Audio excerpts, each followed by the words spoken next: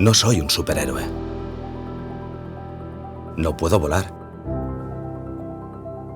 Pero ayudo a los pasajeros y a las aerolíneas a volar con seguridad. Mi trabajo me plantea nuevos retos cada día y eso me gusta. Porque la seguridad empieza conmigo. Cada acción marca la diferencia. Cada paso es crucial. No soy un superhéroe. No me gusta correr riesgos. Pero tengo una misión.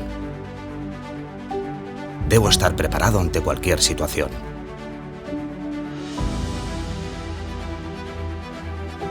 Mi poder no proviene de un traje, unas botas o unos guantes.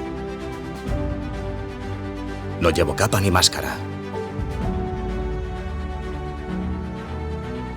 Pero me protejo y por eso hago cosas extraordinarias. Dirijo a mi equipo con orgullo.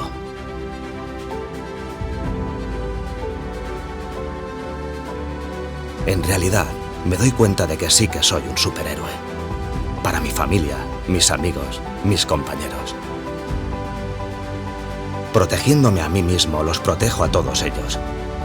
Y a las compañías aéreas y a sus pasajeros. Ellos también me necesitan.